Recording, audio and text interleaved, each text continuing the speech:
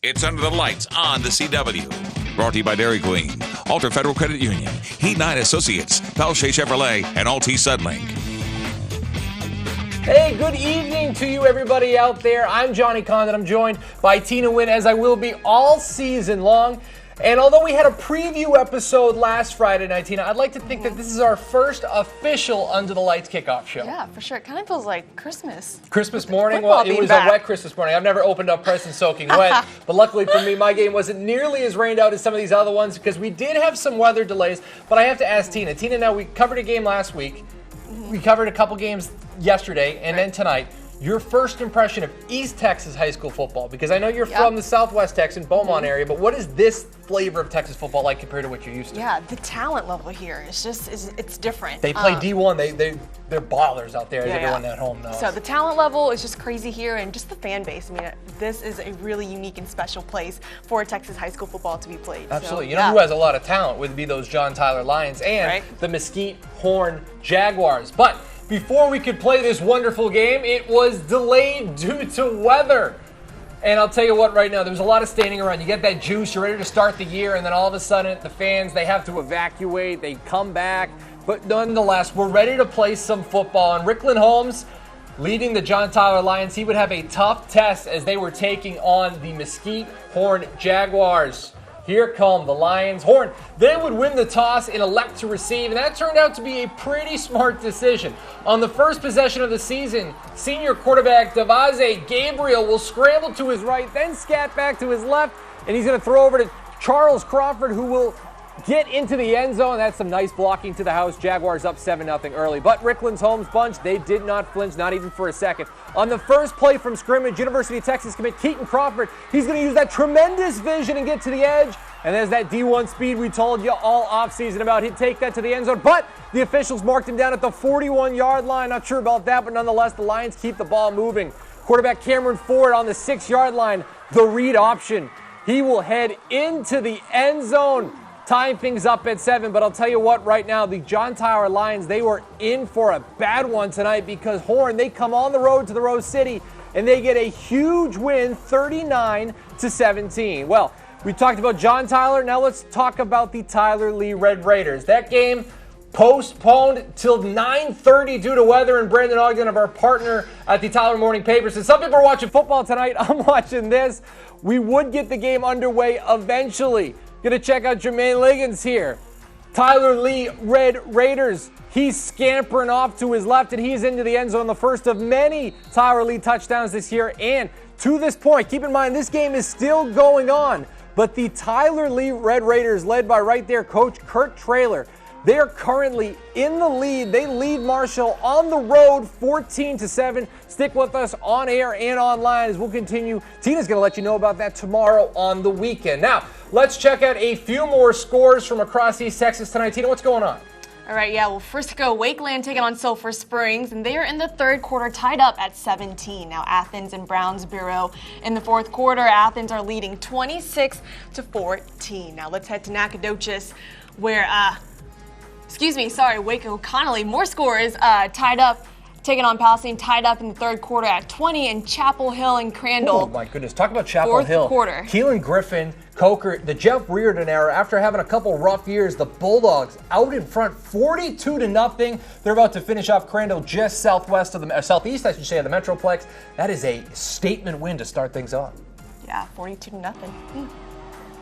All right, let's head to Nacogdoches where first-year head coach Darren Alleman is making his coaching debut, and they are hosting Kilgore tonight. First quarter, 4th and 2, Jake Smith scrambling, but he will dump that off to Jamarian Saunders, and he, check this out, Johnny, he's going to take this to the house. Dragons would go up 7-0. Later on in the first, Smith looking to go long, and it is Kilgore's Donovan Atkins with an over-the-shoulder pick, and he will not be held down, and he is showing off some moves, trying to run it back. B-button with the little spin there. Yeah, the fans loving it. Still in the first, Kilgore's Dalton McElliott hands it off to Kenneth Lacey, and he will burst up the middle for a touchdown. That ties it up at 7.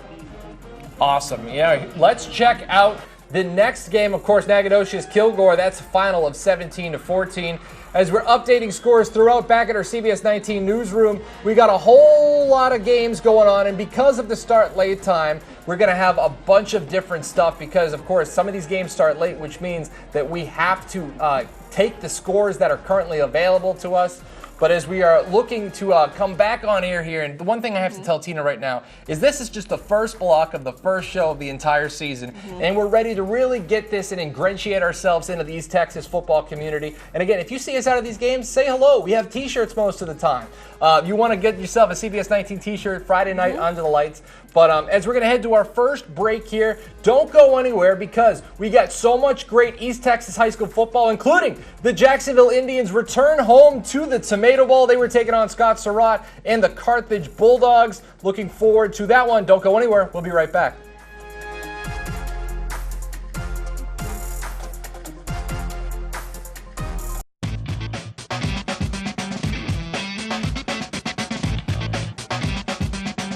Hey everybody, welcome back. Well, the Jacksonville Indians spent 2018 on the road after playing every game as the away team just a season ago.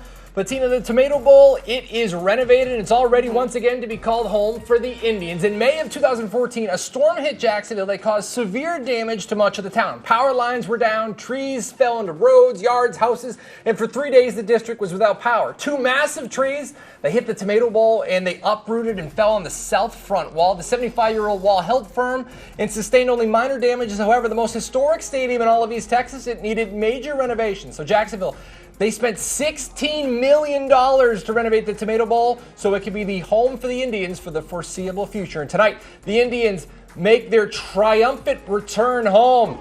Jacksonville all hyped up to play at said Tomato Bowl. They're back home. Jacksonville, they're going to even win the coin toss. How's that for a good omen? But it's going to be Carthage who starts driving. And quarterback Kai Horton, I should say, he doesn't do this often, but that is tipped and it's intercepted by Tyrese Gibson. He picks that off in the end zone. He's going to get a decent run back. That building must have been going wild. Jacksonville, though, here they come. The offense stalls. Carthage with the ball. Kai Horton hands it off to Morton Courtney. He's a big back for them this year. He'll get 15 yards on top of that with a face mask. Horton gives to Mason Courtney again, and he's going to get all the way to the 1 yard line. And who did you think Scott Surratt was going to give it to? Yeah, you guessed it again. Courtney not going to be stopped. Boom, looks for contact, lowers his shoulder, and he's into the end zone. Carthage, they take the 7-0 lead, and yep, this was kind of predictable. They go down to Jacksonville and they spoil the Tomato Bowl grand opening. They win 48-0. All right, well, in Bullard, this game was supposed to be at 7:30, but due to Mother Nature, a game was at 8:30. Bullard defense flexing their muscles. Pine Tree's Jaden Smith is stopped behind the line by a pack of Bullard Panthers. Both offenses would go on to stall after that. Still in the first, here's Pine Tree with the ball again as DJ Freeman hands it off to Tyler Sheffield, and he finds a big opening as he breaks up the sidelines for a big gain before being stopped by Bullard's Bryce Jewell. Now, second quarter, Pine Tree attempting to score as, look at this, DJ Freeman steps back to pass to Gabe Adams, but Bullard's secondary is showing off just how strong they are as Martavion Allen breaks up the pass at the goal line and stalls Pine Tree from scoring again. Now we're going to go check out Gladewater. Well, it would be 47-30 when that game was in the fourth quarter. But there's another big game out in Gladewater. The Bears, some of the best uniforms in all of East Texas. I love that orange and black. Let's get it going. First play, Gladewater quarterback hands the ball off to Elijah Carter for the 25-yard touchdown. And Gladewater, the band loving it. They're up 7-0. All right, here's a routine kickoff. Why are we showing you this? Because obviously there's going to be a scoring play. Zach Henry taken by the ground. And you know what else is taken? The football. It's jumped on by Malik Pipkin. Oh, my goodness. And he's into the end zone. Gladewater scores yet again. Zenovion Campbell now. The scoop and score, that was Gladewater earlier. Later on, Spring Hill quarterback Gage White, he's a tough kid. He gets the snap and he gets officially dragged down 15 yards. Now how about Nicholas Lincoln? He refuses to go down himself. But you know what, Gage White, he wants to get his guys close to the end zone. He's going to give it off to Michael Mars. He's going to take it 10 yards nearly into the end zone. And we've been following the Spring Panthers all year with our docu-series. And you know, they want to give us some good highlights. So on the final play, Spring Hill on the 20-yard line in Bear territory, and Gage White hands it off to Eric Morrow. He is into the end zone, and the Gladewater Bears, they are in the fourth quarter, and they currently lead the Spring Hill Panthers 39-26. And speaking of those Spring Hill Panthers, right now, Tina, at this very exact moment, you can watch the next installment, the newest installment of our CBS 19 original docu-series, Pride, All Hail Spring Hill, brought to you by East Texas Professional Credit Union and John Fraser Allstate. This week's episode, you can watch it right now. It's currently up online only on CBS19.tv and the CBS 19 YouTube page. Now let's check up on the West Rusk Raiders. They are out taking on ARP, and let me tell you right now, Nick Harrison, he's taken over a competitive program left by John Fraser. He's had the most wins in school history. So many large shoes to fill there, taking on Dale Irwin, and unlike Harrison, he's been around for a hot minute. He's entering his 17th season as the head man of the Tigers. But how about the new guy, West Rusk? 35-6, they take down ARP. Thursday night, the Kaufman Lions made the trip on I-20 to take on Chris Cochran and his Lindale Eagles to kick off the 2019 high school football season. Opening drive for Lindale and junior running back Jordan Jenkins. He picked up right where he left off a season ago. A big run to the outside, giving Lindale a first down. Yes. And the very next play, it's an RPO, and quarterback Brayson Campbell is going to hit Connor Boyette. Yeah, he's not going down. One man to beat. Into the end zone, 55 yards, and the Eagles are on the board for their first possession of 2019. Let's fast forward to the second quarter.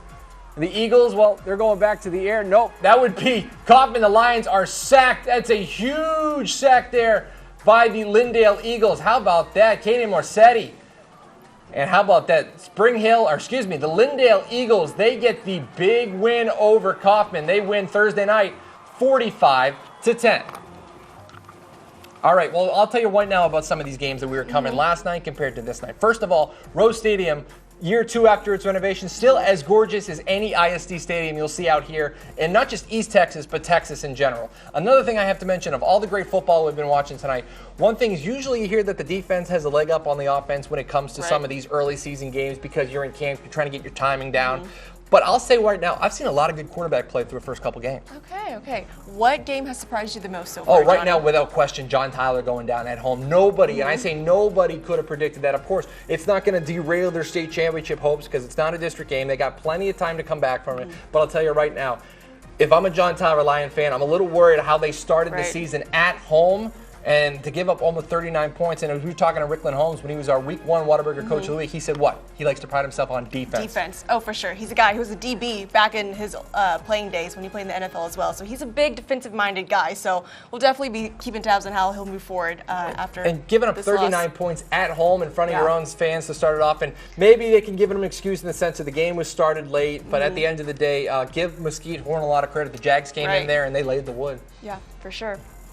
Who is a player that you're going to keep your eyes on? The one player I'm going to keep my eyes on throughout this entire season, when we were watching Spring Hill, we've been following Gage White throughout the season on our docu-series, All Hail Spring Hill Pride. And I'll tell you right now, Spring Hill, they might not be the most talented team in all of East Texas, but I'll tell you right, under first-year head coach Johnny Lavore, Gage White, he's a senior. He's a tough, grizzled veteran. He's been playing for a couple years now, and his name has always been popping up. One of the best athletes in East Texas. So as Spring Hill works their way throughout the regular season, I'm looking forward to see the maturation of Gage. I'm looking forward to it.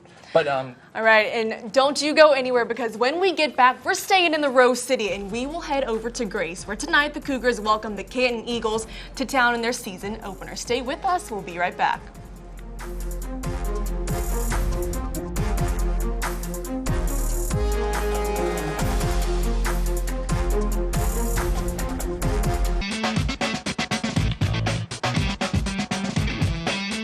Hey everybody, well thanks for staying up with us and welcome back to Under the Lights. Now when it comes to taking over a program at first, it typically means that it's time for a coach to rebuild. However, that's not entirely the case for one head coach. In fact, he's just hoping to continue the culture and he is ready to lead the charge, and that guy is our Week 2 Whataburger Coach of the Week.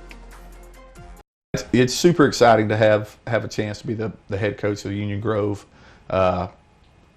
And you aren't ever ready for every scenario. You just try to prepare yourself as much as you can to be ready for what comes at you.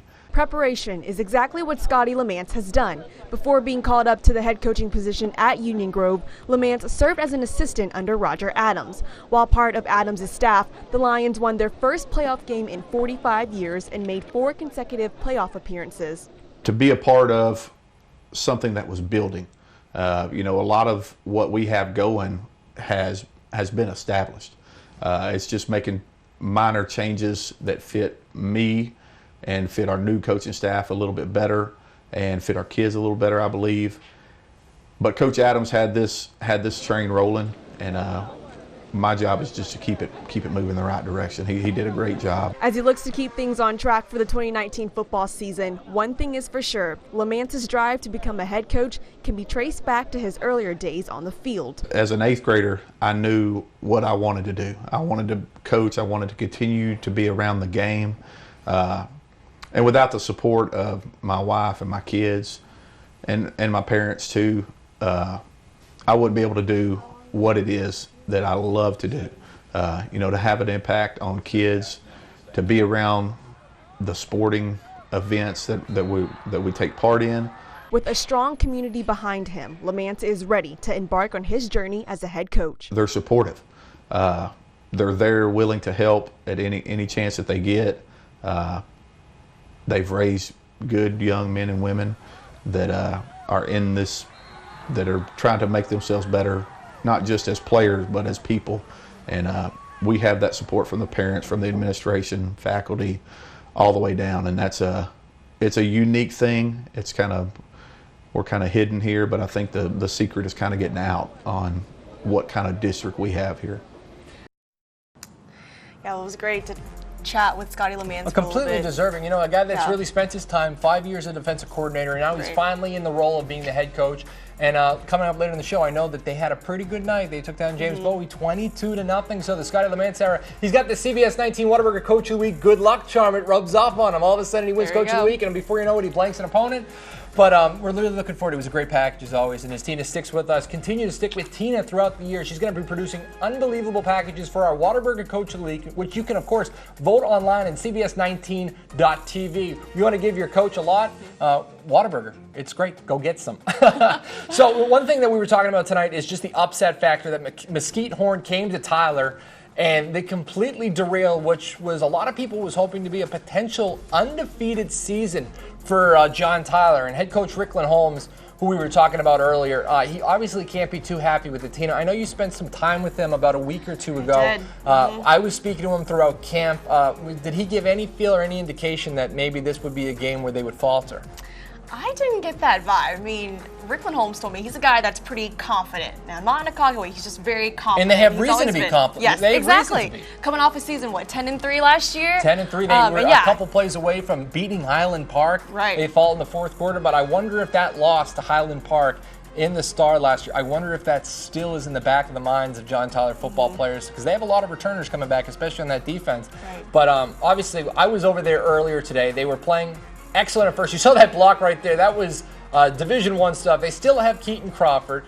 Cameron Ford's a very capable quarterback, probably not off to the start that he would have envisioned, but to bury the John Tyler Lions after 1 week and say that they're done and write them off, that would be a huge mistake, because I know that knowing Coach Holmes, knowing his staff and how dedicated they are and how hard those guys practice, that they're not going to be kept down for a while. I like the Lions to bounce back, and definitely surprising tonight. Yeah, definitely we'll see. It will be interesting to see how things go for them in week 2 next week. Looking forward to it. And as we're going to head to Alto now, where they are hosting Westwood. Emotional time at Alto after that tornado that blew through there earlier this year. Yellow Jackets are dominating. It's 22-7 here. Here's Dalton Brooks. He hands it off to Tramel Rhodes. He does some tough running for the first down. Later on the drive, Brooks finds Brandon Hunt for the 25 yards. Boom. Here's Brooks again. He hands it off to Rose, and he will muscle in for the touchdown. Alto leads 22-13. Following an onside kicks, Brooks is going to find Brendan Hunt again for 25 yards down to the 13-yard line. And once again, Rose carries the ball into the end zone. Buzz, the Yellow Jackets. They go up 22-20, but they would hold on for the victory, 22-20. Wow, that is a close one. Great game out there in Alto. All right, let's check in with Norman Thompson now. Yeah, Norman Thompson and his Grace Cougars as they're hosting Robert Ivy and the Canton Eagles in their season opener. All right, first play, Eagles starting off strong as Chris Hobbs finds Cooper Smith for the long pass, Johnny. Eagles would move the chains on that. Now a couple plays later, 4th down, check this out. The Cougars saying, hey, not in my house, as Isaiah Milton gets the sack. Still in the first, 4th and long, Prince Williams looking for his favorite target as they'll find Bruce Jayden. Now, 2nd and 5 on the Cougars 20, Williams goes left, but instead switches gears and finds his way right into the end zone. Now, of course, Grace would strike first as they would go up 7-0 after this, and 2:21 left to go as the Cougars on the 35. Williams looks right, and he finds Jayden Field again, and that would line the Cougars up on the 5-yard line, and Jeremiah Milton would punch that right in for Grace. Look at the hard running. You give these offensive linemen some credit. They don't get any credit, and they are the reason why some of these offensive players can go to big-time schools. So always give the big guys some love. For sure. And, of course, Grace would go up 14-0. And then the final score would be 46-19. That's a good way to end the year. Now, we're going to go to TK Bishop Gorman. That's where you were last night. Yes, for sure. And head coach Brady McCoy and his Crusaders taking on Dallas Covenant tonight in first quarter, 3rd and 1. Beautiful here. Watch this here, but Gorman. I'll tell you right now. They didn't have the best night, but nonetheless, they made an unbelievable defensive play. So now let's hit a little later on. This is where Gorman, strip sacked. Little in the 3rd quarter, that's where the ball would come out on that one. The Knights get on the board right after that. Still in the 1st quarter, the Knights would go up top. Ben Spangler finds Jacob Scott for the long pass, and yeah, he's going to the end zone. We're looking forward to watching Gorman for the rest of the year, despite them falling. Looking forward to the next segment. Don't go anywhere. We'll be right back. Hey everybody, welcome back. Well, we had a big game tonight north of Tyler. That's where Atlanta was taking on Gilmer. And oh my goodness, the Buckeyes bounced back. How about that, Tina? Yeah, well, Atlanta would fall to Gilmer 47 in the final, and then Fairfield taking on Rusk, and Fairfield would take that one 47-34. Now, Villanova and Willis Point. Mineola, that game was postponed, so looking forward to catching that one up when it finally does come back. Now let's check out at Carlisle. So Carlisle used to be from one of the smaller schools, one of the more dominant teams. They made the postseason last year despite their roster maybe not being as filled out as it has been in past years. And Sabine, they host Carlisle and they get a big win. Sabine started off last season really hot in District 4A, and they faltered down the stretch, but they're trying to get that season hot start yet again. They beat down Carlisle 31-3. My goodness, that was a beatdown. Center Tatum, we're still looking for that score. So if you have it, you can call us at 903-581-2211. Again, 903-581-2211. Trying to get as many scores up there as possible. You could also tweet at us. You could email us. But there's one other game that's on this screen right now, and I'll tell you right now, Elysian Fields, they go into White House. And my goodness, White House is not an easy place to play. The Roughnecks, one of the first high school football games I saw when I came to Texas. That is a professional program. They run their high school program like it's a collegiate program. But Elysian Fields, they take no prisoners. They head into White Oak and they get the big win, 27-9. And now, more games for tonight. Winterboro and Winona. Winterboro would take it 20-0. Sorry, they're still in the 4th quarter. So that game is still going on. And then Alba Golden and Hawkins would take this one 45-24. And that's final. Alba for sure. Golden, a little bit of a surprise there. Hawkins, a lot of people thought they probably would have had it. And again, we have some more of the smaller schools here. But James Bowie, we were talking about Union Grove earlier. Tina spent some time with head coach Scotty Lamance. He was our technically week 2 Whataburger Coach of the Week because we had a preseason one. And I'll tell you, an impressive debut for him, 22-0 over James Bowie. And then Brooke Hill. You know, Brooke Hill, a lot of people thought that the guard would go through a little bit of a transition period after they lost Kalen Griffin. He, of course, transferred to Chapel Hill. But don't tell that to the Brooke Hill guard. They blanked Southwest Christian 27-0. And I want to thank you guys for joining us tonight on the CW. Thanks for staying up late for us. And if you're coming home from the games and you're soaking wet and you're moving off your umbrellas and your rain jackets, Tina and I, we want to invite you to join us every week at Friday. Tina, you have a fun time for your first time? Yes, it was good. Good first time. Good first Friday Night Lights in East Texas. So things are special here. We want to thank you. And again, Tina's going to have Longview Lufkin stuff tomorrow on the CBS 19 News at 10. You're going to want to tune in. Our reporter Tim Wolf was was down on the field at the scene. So again, CBS 19 News at 10. Have a great night, everybody.